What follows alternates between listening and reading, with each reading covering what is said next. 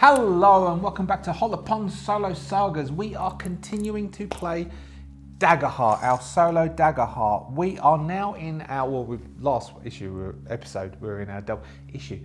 We're now on 11, legs 11. Where did we leave Fern? We left Fern. Fern had returned to the spire, to where Bead Nova is. Fern has the flint with them. It's quite big and quite bulky. Now, what we need to do in this episode, I did read, I've got a note here, read social challenges. I read about social challenges and I think we did that okay.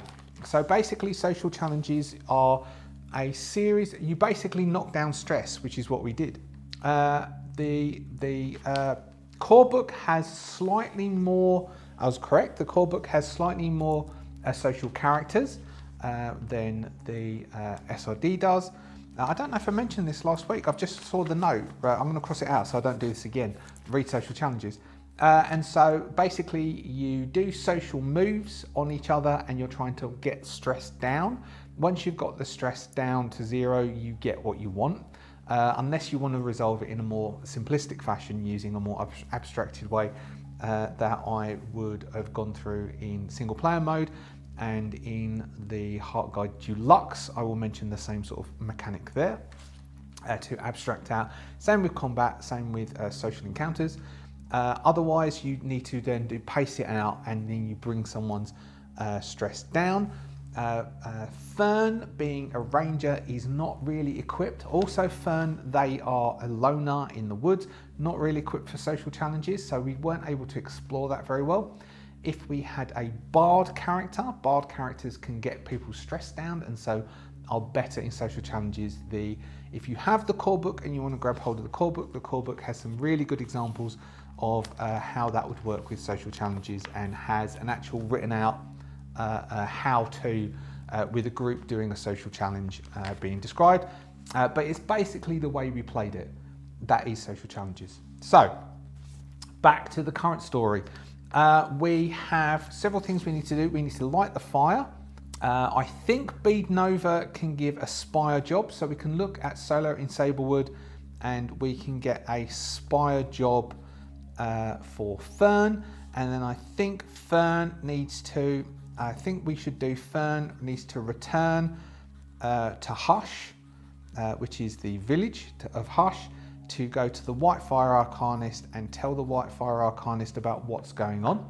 And then the Whitefire Arcanist, because we also have one job that needs to be closed off that we finished, which was our second job, that the Whitefire Arcanist had a task of killing the solo construct, which had been causing problems. We did that, not on purpose, it ambushed us, and we did that. So we can go back and get another job for Hush to replace that one. We could say get reward. So maybe Fern can get a reward from the Whitefire Arcanist. The issuing of rewards is dealt with in a very narrative way in Daggerheart. If your group or you as an individual, if you're solo playing, want to pursue money, then you can give yourself rewards. You need to be a little bit careful as a solo player that you're not just going to, power creep yourself out of the game, but you can give yourself money and treasure, and if that's what you want to drive you in, get yourself a keep and various other stuff. If that's how you want to drive it, that the acquisition, then you can easily do that if that's what you want to do. It kind of leaves you to your own devices, or if you're DMing your group, to your own devices. So I think that's all we need. We have those 3 things that we really want to get completed in this session, and then so at the moment we just have Fern returning to Hush, and we might either deal with that next session, the actual travelling through the Sablewoods, or Fern can travel through the Sablewoods this session, and we will deal with Hush next session. Otherwise the session will get too long, I think. And so we're on 4th here as the GM aspect of our play, in that flipping hats, resolving, being a solo player, the solo game loop. So first off, Fern will go back to the top of the tower and Bead Nova because Beadnover is of the, I can't remember what they're called, the frog species. Ah, you have returned, young ranger. You and your wolf companion. It is good to see you. I was worrying you have been gone a time now. Yes, the people of the Hollow said that I wouldn't let me leave, so I had to stay and rest there. I've been encountering all sorts of strange stone and steel creatures out in the Sablewood. Something very wrong is happening. There were some moving towards what I thought was a different spire to attack them, and so I dealt with those before I got to the Hollows. You have been very busy. Did you have to use the health potion I gave you? Yes, I did. That's all gone. That went a long time ago. I really need another one, which we'll see if Beadnover has a second one that Beadnover can give. Fern has got a few things, but not a healing potion, and a healing potion would be really useful. So we'll see if Beadnover can give Fern a healing potion after this. But first, let us try and light this fire. Now, it would be some kind of ritual or process, which would possibly be, we could do it as a knowledge, but if Beadnover is just going to instruct Fern what to do, Fern can try and do as Fern is told, which we could say would be finesse. Finesse is control, hide, tinker. Finesse is probably the closest in trying to copy the instructions being told to do some form of ritual or process. So Beadnover will begin to go through, take the flint, the large piece of oak with the flint in it, from Fern, and will begin to recount what needs to happen of the process, whilst Beadnover is cleaning up the fire pit, restocking the wood. Maybe part of the scene will be Fern going down into the Sablewoods and collecting certain parts of certain types of tree to bring bits up, where Beadnover will treat them with certain rituals and oils, and then attempt to relight the fire at the top of the spire. This is where we'll encapsulate all of that into a roll, a finesse roll. Now, our Fern has 3 hope, so Fern is going to burn 1 hope to give us a +2, which is loyal and debt, giving us +2 for there. We have +1 for our instinct, giving us +3. Now we have to work out how difficult is it to do a ritual like this. Now we're doing finesse, so we need something that's equivalent of finesse. Open a sticky lock, open a simple puzzle lock, disable a standard trap, or we've got ride a horse through rough terrain. So we have a 15. I'm thinking evade notice and limit. I'm thinking because Fern is being directed, we will give a 15 to this, and we have a +3 for this roll. Now, what we need to think is what happens if we fail. If we fail, that means that the fire doesn't light, but that is a bit drastic. So what we could possibly do is we will say that the fire will light even if we get a failure. So a failure with fear, and we will say something bad needs to happen. Maybe we'll roll on the prompts to work out what that is, but either another spire goes down as that failure, or Hush is been attacked and has fallen, or one of the posts, maybe something bad has happened to Hush if we fail with fear. But if we succeed with fear, we can say that when Fern gets back to Hush, it is in the process of being attacked. So that's what would happen. So basically we've got 3 tiers, don't we? We have success, which is could be with hope or with fear. Success with hope is, of course, total success, nothing bad happens. Success with fear is that Hush is under attack. And then we have failure, whether it is with fear or otherwise, we can say failure with fear, a spire has fallen.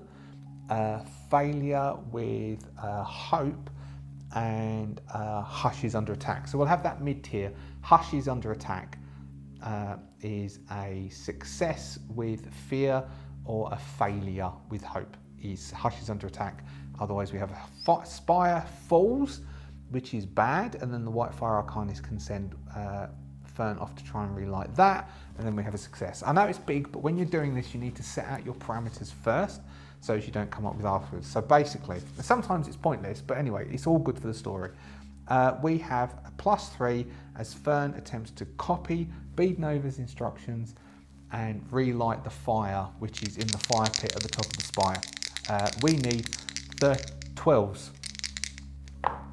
We have, what do we have? We have with success, we have 7. We have, what do we got? With 7, 8, 9, 10, 11. Is that 11? That is 11. We needed 12s to get us a 15.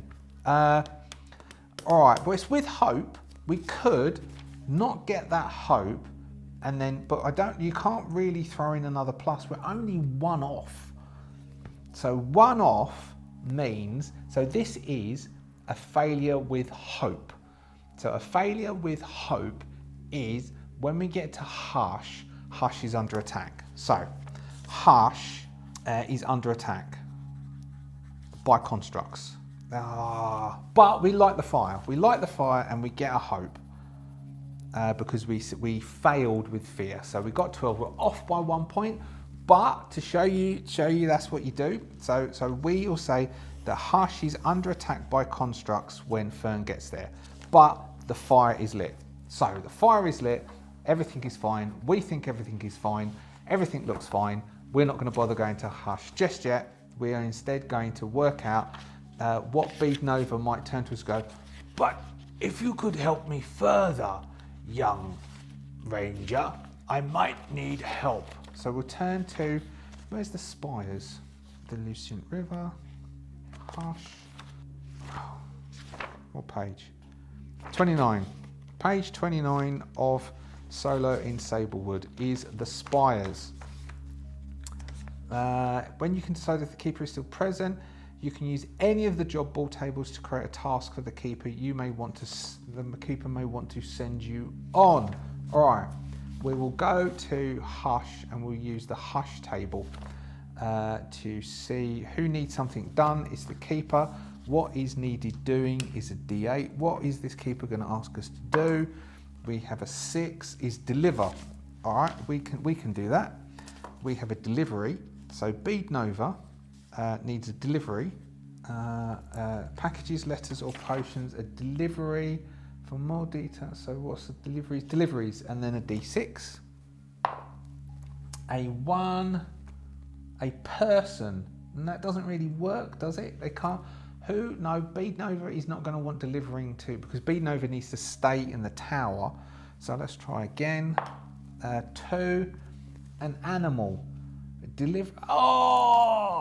We are going to have, it is an otterhawk. Beadnova has an otterhawk that Beadnova is going to need delivering. Sorry, I got distracted, which means I forgot what I was saying.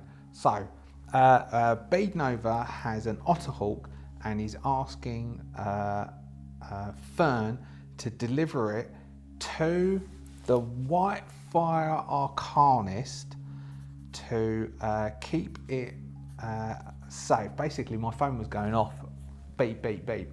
And okay, hold on, I'm gonna get up and move it away. Sorry, I'm trying to organise. Someone wants to interview me because of single player mode, and I'm trying to organise how they want that to take place. It's gonna be at the end of this week. And so I was just trying to do that, and I shouldn't do 2 things at the same time, and it's not doing you service.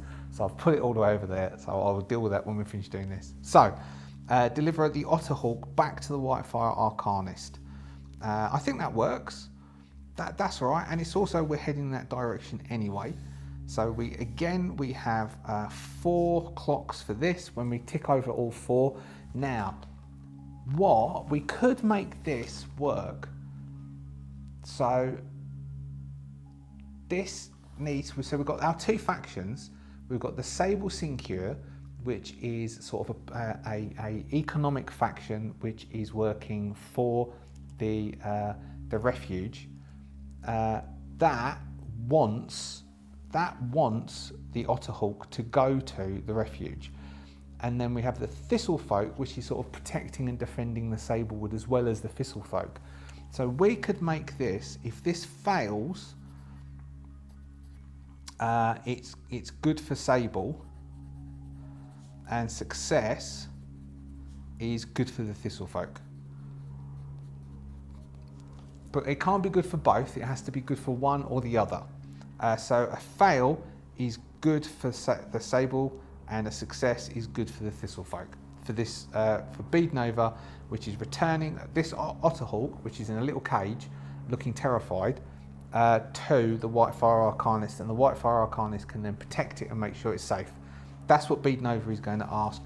Would you do that? And of course, Fern's going to go, yes, there's no problem with that whatsoever. So we have a spire job that's been given to us. We have that. The fire is lit. That's all fine. Hush is under attack, but we don't know it. We want Fern to return back to the Sablewood. Return back through the Sablewood to the Whitefire Arcanist, which is even more important because we've got 2 things to do. Give the Whitefire Arcanist this Otterhawk, tell the Whitefire Arcanist about the solo, and tell the Whitefire Arcanist that something is happening with the spires. So, we now need to return back through the Sablewood to Hush, which is travelling through the Sablewood. And hopefully, although we do have 4, we don't need to do an interrupt definitely at this point, but we could have something environmental happen that Fern needs to deal with. We could try and deal with some sort of environmental thing and get Fern to deal with that in the same sort of way. All right, there is a cliffside of ascent environment issue that can happen, which is in the SRD, and basically it's a steep rocky cliffside tall enough to make traversal dangerous. It's a difficulty 12, potential adversaries, construct, deep root defender, giant scorpion. Features: the climb passive, climbing up the cliffside uses a progress countdown 12. It ticks down according to the following criteria when the PCs make an action to roll to climb. Critical success, tick down 3. Critical fear, tick up 1. When the countdown triggers, the party has made it to the top of the cliff. When the countdown triggers, okay. What strange formations the stones arranged? Passive, previous climbers left behind large metal rods that the climbers can use to aid their ascent. If a PC uses the pitons, I mean, there's not much cliffs unless we're going to say that it's some kind of pit or some kind of maybe a tree or something that we could use something like this in a way to give foul action, spend a fear, to have the PC's handholds foul, plummet them towards the ground. If they aren't saved on their next action, they hit the ground and tick the countdown by 2. The PCs take 1d12. I mean, that could kill Fern. I mean, or we've got Raging River, Traversal. We'll do Raging River. We're going to throw in, we're just going to do one of these. So Fern is going to try and traverse the Sablewood, and we'll say that Fern needs to get over the Lucient River, the Lucy, and we will use the Raging River environment to give something interesting to happen as that happens. So Fern leaves the spire to then progress through the Sablewood urgently. Now, one of the things is that Fern has this Otterhawk and Fern has Wolf, so getting across that river may be more difficult than I thought it was. We have a couple of things in here that we will read in a second, but let's see if Fern needs... We could just do this. Well, let's roll. So, Fern has, to get a 15 success with an instinct roll, Fern has a +1 on instinct. Fern is with fear, that's an 8. +1 is a 9, which is a failure. The failure with fear means that we're going to burn that fear instantly to say that what happens is that Fern has to deal with the raging river that Fern gets. Fern basically gets waylaid, gets a bit lost in the Sablewood, although we do get advantage, don't we? Doesn't help. Gets lost in the Sablewood and encounters the Lucient and knows that they must cross the Lucient to be able to get out. So we've got in the SRD, Raging River, Tier 1 traversal, swift moving river without a bridge crossing deep enough to sweep away the most people. Okay, so difficulty 10. Dangerous crossing passive. Crossing the river requires the party to complete a progress counter 4. A PC who rolls a failure with fear is immediately targeted by the undertow action without requiring a fear to be spent on the feature. Undertow action. Spend a fear. To catch a PC in the undertow, they must make an agility reaction roll. On a failure, they take 1d6 +1 physical damage and are moved a close distance down the river, becoming vulnerable until they get out of the river. On a success, they must mark a stress. What trinkets and baubles like at the bottom of the riverbed do predators swim these rivers? Patient hunter action. Spend a fear to summon a glass snake with close range of a chosen PC. The snake appears in or near the river and immediately takes the spotlight to use their spinning serpent action. Glass snake is a tier 1 standard adversary. Hit points 5, stress 3. Can attack. Alright. Well, let's see if Fern can get over this river. Fern needs to do a progress counter 4 to get over. We will say, so each successful roll, it adds 1 to the progress counter. We will say that on a success, a critical success, or a success with, no, a critical success will give us a +2 on the counter. So Fern's got this way across.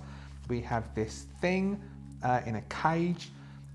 Fern has got agility that Fern can use to get over. It's a difficulty 10 to traverse the river. Fern is going to first off attempt to make a raft out of, Fern's a ranger, and we're going to give Fern advantage for this. Fern is going to attempt to get a raft out of some floating logs to be able to put the otterhawk on top of it and float that over quite safely. And also to help Wolf get over. We need a 10. This isn't an agility check at this point. This would be knowledge or instinct. Perceive, sense, navigate, recall, knowledge. So this is a 10 knowledge check. We have with fear, but we get a 14. We get 15, 16, 17, 18, 19, 20. So that is a 20. That is a success, which means that our count goes to a 3, but we get to take focus as DM. What can we do?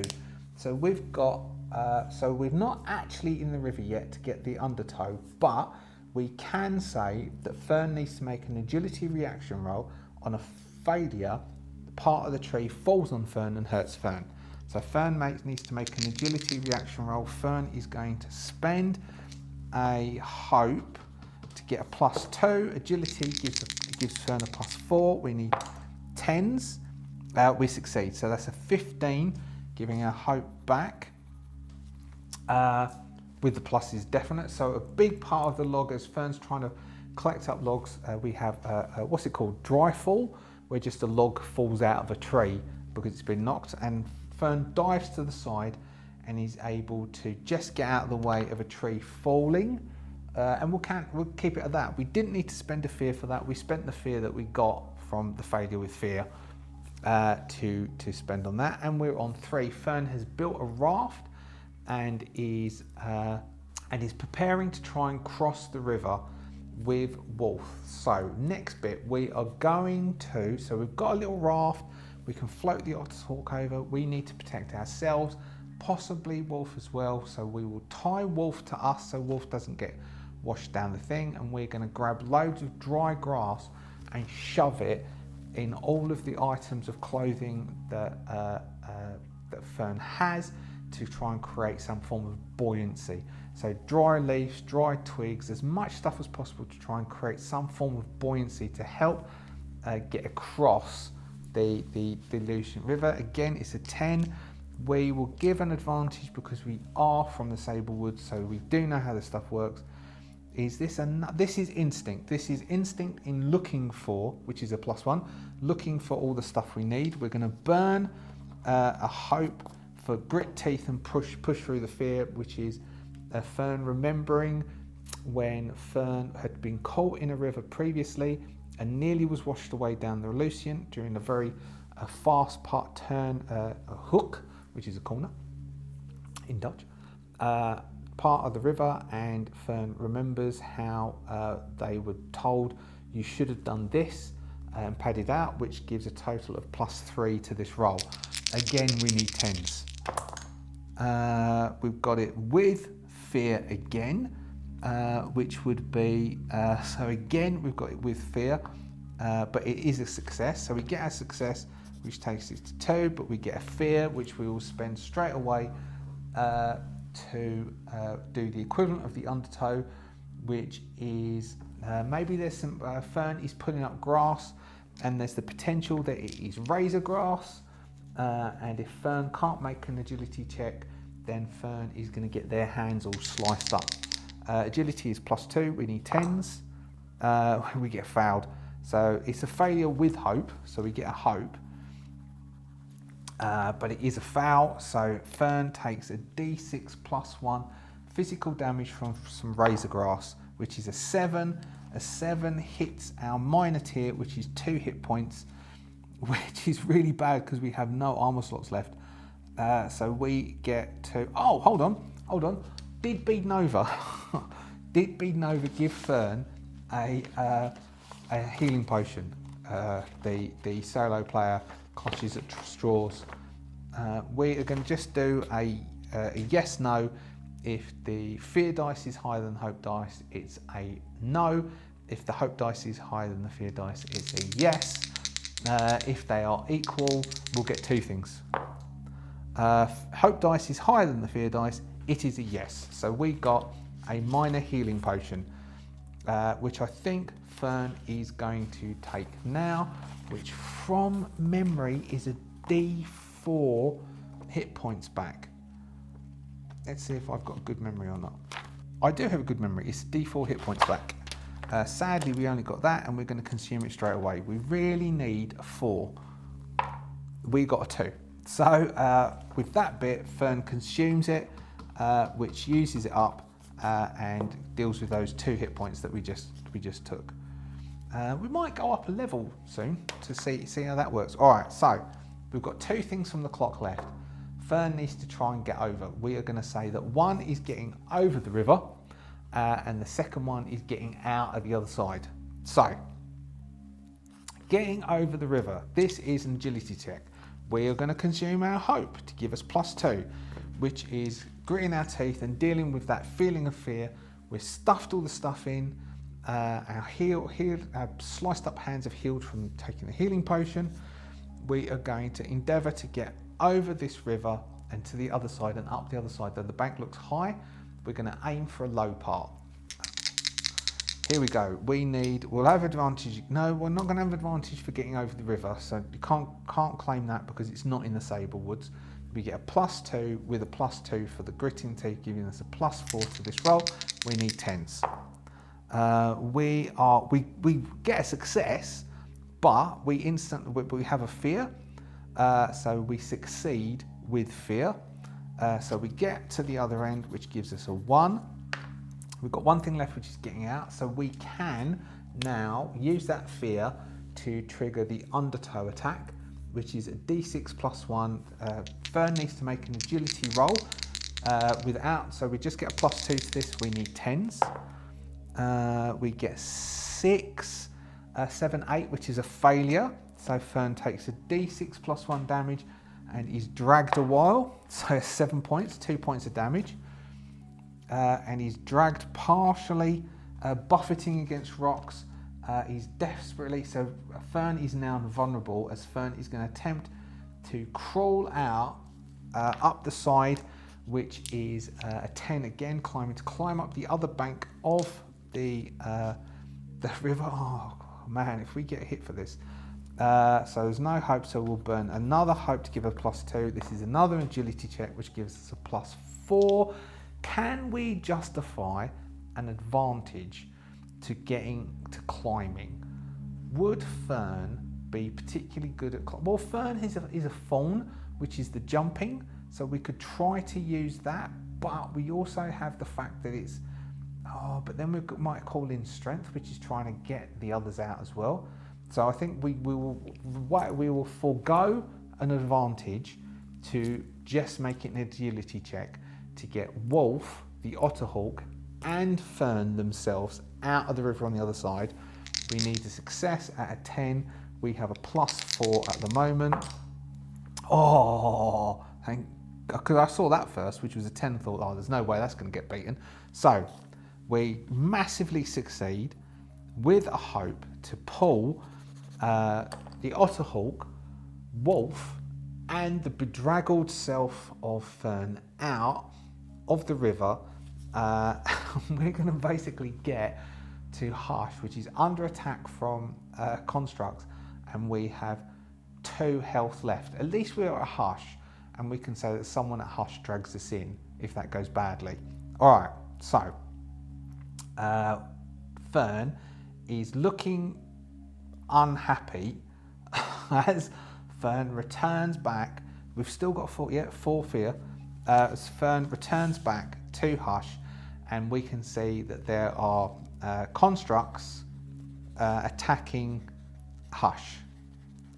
We can either sneak in, try and get healing and help, or attack them. One of those two. That is what we will do next session. So there we go, a little short session of Fern dealing with an environmental hazard. We will try, as I said, so we've done used our first environmental hazard. We'll try and make some environmental hazards. I think we'll look through the guides that you can download from the Darrington Press website, which is the homebrew kit, and we'll see about making some environments at a point. Maybe in a couple of sessions time. That's it for today. We'll leave it at that. Fern comes to, walks through the clearing. There are those big stone pillars with the dwarven inscriptions on them, which glow, and there's a pack of constructs that will decide what they are. Next session, piling into them. Fern needs to work out whether Fern can deal with that on their own. We maybe we'll let Fern take a rest before. We'll let Fern have rest. Fern can rest before that. We'll let Fern take a short rest first, and maybe then Fern can deal with armor slots and take Fern's hit points down. But the fear pool will go up, which means that those constructs are going to be a proper fight. So Fern can have a short rest first before that. Thank you so much for watching. If you are a subscriber, thank you so much for being a subscriber. I am eternally grateful to you. If you are not yet a subscriber, please do consider being a subscriber. And if you are a subscriber otherwise, if you can hit the thumbs up, that helps the algorithm know I'm being watched. And also you can put in a comment and we can have a bit of a chat about stuff that's going on in your life or generally. Thank you eternally to the Adventurers Guild for all of your support in producing these videos. If you would like to join the Adventurers Guild, there you get lots of benefits. We have individual conversations in the background. I will be eternally grateful to you. You can get early access to the videos if you join the early doors tier, or you can get access to the podcast, which I will have begun by this point. If you are, I think so, yeah, of course this is the end of October. I should have begun by this point. Oh no, today's the 1st of November. It's my birthday this month. Today's the 1st of November. I should definitely have begun doing a podcast of some form at this point, to let all of you just have it. I don't know what it entails at the point because I haven't recorded one yet. It will just be audio. I'll upload it. It'll be for members only. You can also buy any of the books. There's the Solo in Sablewood. There is the Heart Guide. There is the Constructs, which are over here. Those 3 are available on Drive Thru RPG. There are also trifolds that if you're considering soloing Daggerheart and you haven't really solo played before, the trifold collection could probably be very beneficial to you. Also, if you would like to send me an email and ask for my advice, I can do that. And I'm considering, this is the first time I've mentioned this, and this is the end of the video, so probably no one's going to watch it. I have been a teacher.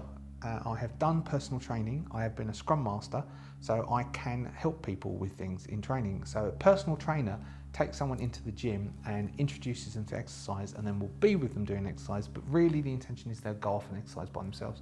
I can do the same thing for solo play. If you are nervous about solo playing and you'd like someone to sit with you and help you do solo play, I can provide that as a service in the same way. It's like a professional DM, which I am intending also trying to do, a professional DM for solo players, if you like. But it's just helping you make decisions and get into the flow and understand how you solo play before then you go off and try by yourself. I can offer that as a service as well. I'm considering that. You could support me that way in supporting me. It's the first time I've mentioned it. I only thought about it yesterday. Anyway, that's it really. I'll leave it at that. Tag that at the end, and I'll make a little short or something about the solo play personal trainer idea. I don't know if it'll work. Let me know. See ya.